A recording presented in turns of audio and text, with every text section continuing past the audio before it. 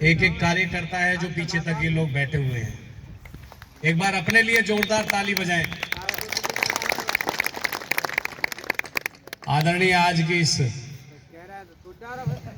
समीक्षा बैठक में हमारे मुख्य अतिथि अखिल भारतीय कांग्रेस कमेटी के सचिव और यहाँ पर सह प्रभारी उत्तर प्रदेश कांग्रेस कमेटी तौकीर आलम जी, सम्मानित जिलाध्यक्ष बड़े भाई ठाकुर ओमकार सिंह जी,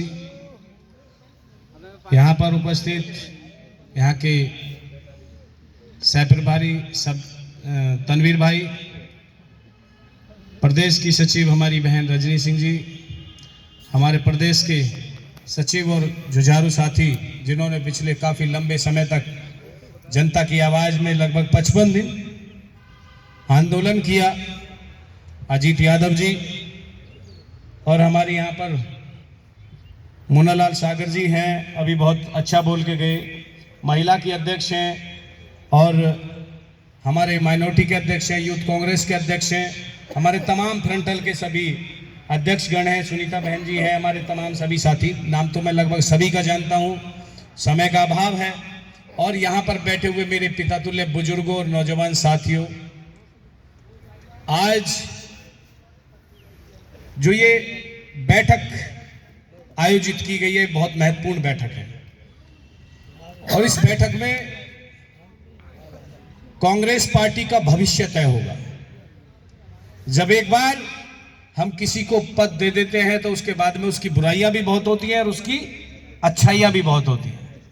निश्चित तौर पर मैं ये कहना चाहता हूं कि जितने भी कांग्रेस पार्टी के वर्कर हैं, कार्यकर्ता हैं, जो कांग्रेस पार्टी को प्यार करते हैं, आज एक कमरे में आदरणीय तौकीर आलम जी बैठेंगे और सबसे 1 to 1 मिलेंगे, अपने दिल पे हाथ रख के कि कौन सही है और कौन गलत है, कौन इस पार्टी को चला सकता है, कौन लोगों का सम्मान कर सकता है, कौन लोगों की आवाज को उठा सकता है, कौन कार्यकर्ता को सम्मान दे सकता है, ऐसे शख्स का नाम आगे लें। बेशक आपका उसके मन में या आपके मन में उसका कहीं थोड़ा घना विरोध हो या मतभेद हो, लेकिन सही व्यक्ति का नाम अपने दिल से लें। आज आप प्यार में, मोहब्बत में किसी के बहकावे में आकर के किसी गलत का नाम लें, तौकीर आलम जी भी सोचेंगे कि भाई ये तो बहुत लोग कह रहे हैं इसके लिए, और उसको बना दिया जाए, और कल जब आपका सम्मान ना हो तो फिर आप नेतृत्व को दोष मत देना कि भाई नेतृत्व ने गलत आदमी को बना दिया। आज आपके पास बैठने, आपके पास आपके दिल की सुनने के लिए राष्ट्रीय नेतृत्व का हमारा नेता आदरणीय तौकीर आलम जी आए हैं, ये छोटी बात नहीं है। आप अपनी बात कहेंगे और वो सुनेंगे। संगठन को चलाने के लिए बहुत सारी चीजों की जरूरत पड़ती है। संगठन की समीक्षा, संगठन में कार्यकर्ताओं का सम्मान, संगठन में बहनों का समावेश, संगठन में किसानों की बात को उठा करके लड़ाई लड़ना, युवाओं की लड़ाई लड़ना, बहुत सारी बातें होती हैं। और कहीं तक ठाकुर ओमकार सिंह जी ने अपनी कोशिश की है, मेहनत की है, और तमाम जितने भी कांग्रेस पार्टी के एक वर्कर यहां पर बैठे हैं, भाई मैं सबको दिल की गहराइयों से धन्यवाद और बधाई देता हूं।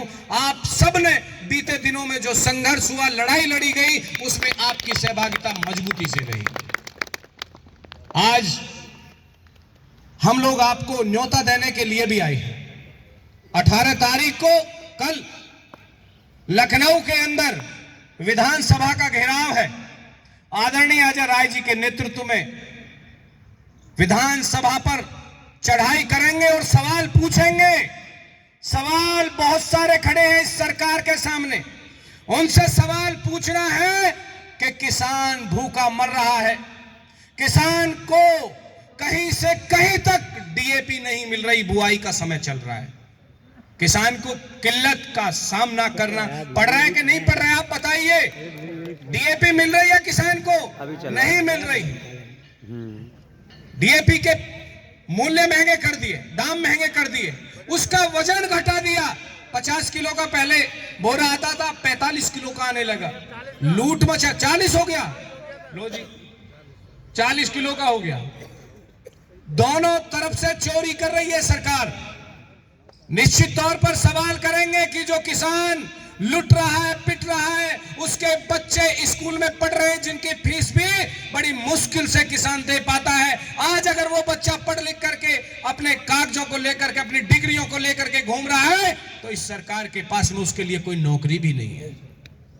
यह शर्म की बात है। और सबसे बड़ी बात कि मैं लगातार इस क्षेत्र में, पूरे प्रदेश में घूमता रहता हूं। रात को 12 बजे भी किसान लाठी लेकर के, टॉर्च लेकर के सड़क पे मिलता है कि उसकी उस फसल को, जो फसल बड़ी मुश्किल से बोई और उगाई है, उस फसल को कहीं आवारा छुट्टा पशु ना खा जाए। उसका कोई इंतजाम इस सरकार के पास में नहीं है। बच्चों के लिए रोजगार नहीं है। महंगाई आसमान में चढ़ रही है। घर की रसोई महंगी हो गई है और ये लोग सिर्फ अडानी और अंबानी को अमीर बनाने में लगे हुए हैं।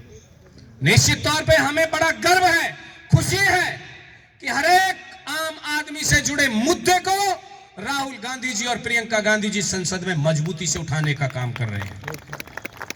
भाई तालियां तो बनती हैं राहुल जी और प्रियंका जी के लिए, कंजूसी किस बात।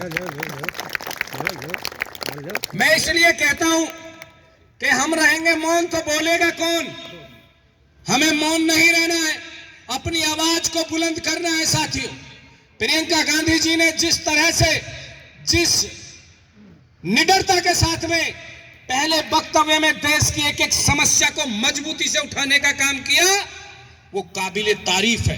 पूरा देश प्रियंका जी को बधाई दे रहा है और पूरा देश शुभकामनाएं दे रहा है कि प्रियंका जी आने वाले भविष्य में भी आप और राहुल गांधी जी मजबूती से हमारी आवाज को उठाते रहें।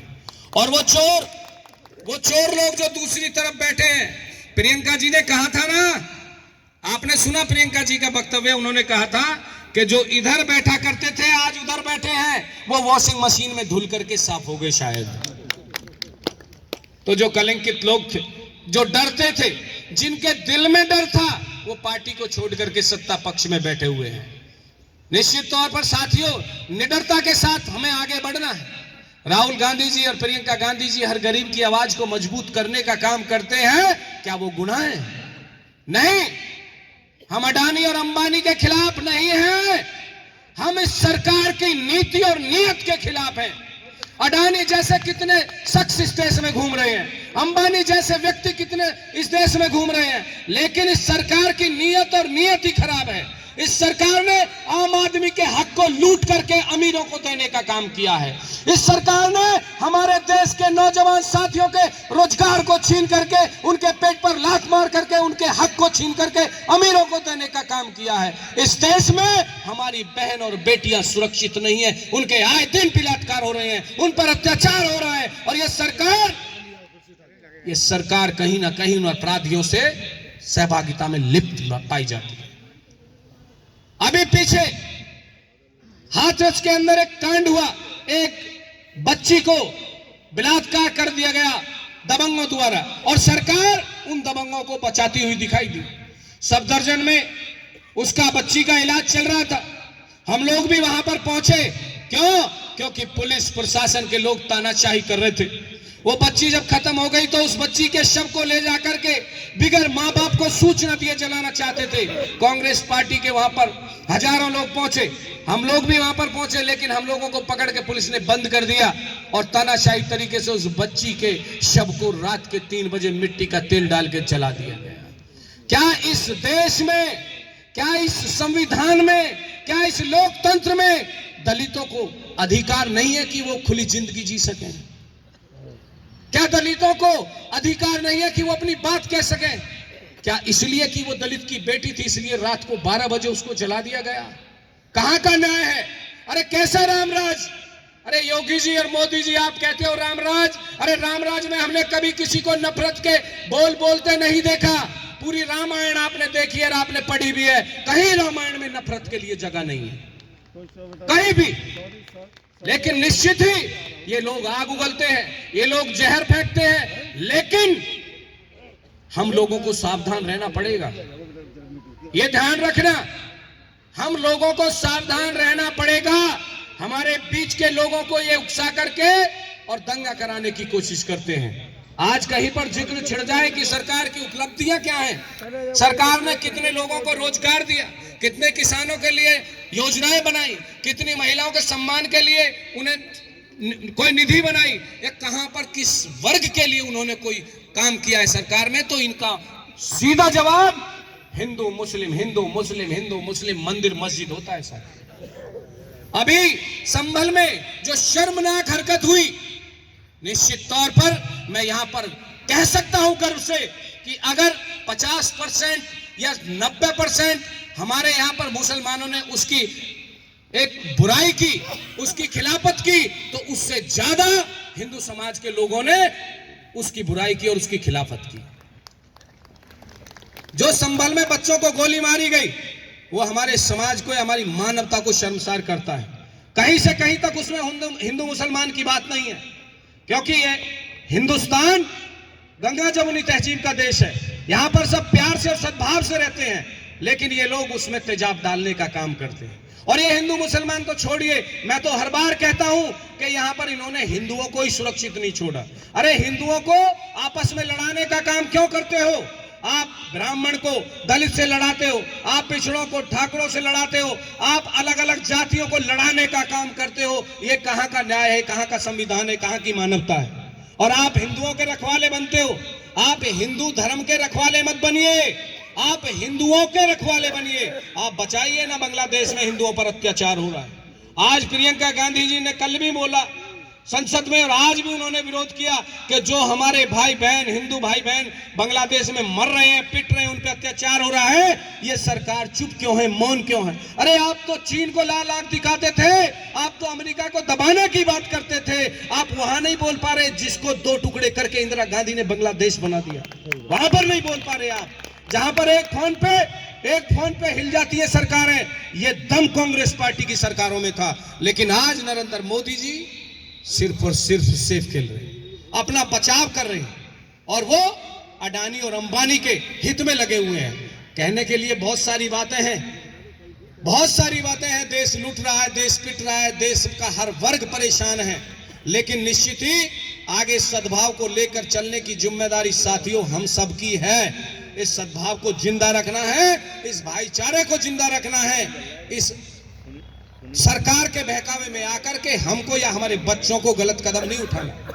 और योगी जी के खिलाफ कल मजबूती से आवाज को बुलंद करेंगे, लखनऊ में अपने सवालों को लेकर के जाएंगे, अपनी मजबूती दिखाएंगे। और कांग्रेस पार्टी का ये दायित्व रहा है पहले से ही कि मानवता की रक्षा करो और हर गरीब, हर मजदूर, हर किसान, हर बेरोजगार युवा की आवाज को बुलंद करो। हमारा मकसद सरकार बनाना कभी नहीं रहा, हमारा मकसद मानवता की रक्षा करना रहा। और आज भी हिंदुस्तान में जो लड़ाई चल रही है, जो राहुल गांधी और प्रियंका गांधी और कांग्रेस पार्टी का एक एक कार्यकर्ता लड़ रहा है, वो सत्ता की लड़ाई नहीं है, वो कुर्सी हत्याने की लड़ाई नहीं है, वो देश के संविधान को, लोकतंत्र को और इस देश को बचाने की लड़ाई है। साथियों, आप सभी लोग काफी देर से यहाँ बैठे हैं, निश्चित तौर पर आप सभी लोगों का मैं दिल से धन्यवाद करता हूं। और अभी थोड़ी सी देर में आदरणीय तौकीर आलम जी अंदर बैठेंगे कमरे में, 1 to 1 आपसे मिलेंगे, आप अपने मन की बात करना उनसे। निश्चित तौर पर आपके एक ऐसे अच्छे नेता तौकीर आलम जी हैं जो कार्यकर्ता के दर्द को भी जानते हैं, कार्यकर्ता की खुशी को भी जानते हैं, कार्यकर्ता की हर पीड़ा से वो वाकिफ हैं।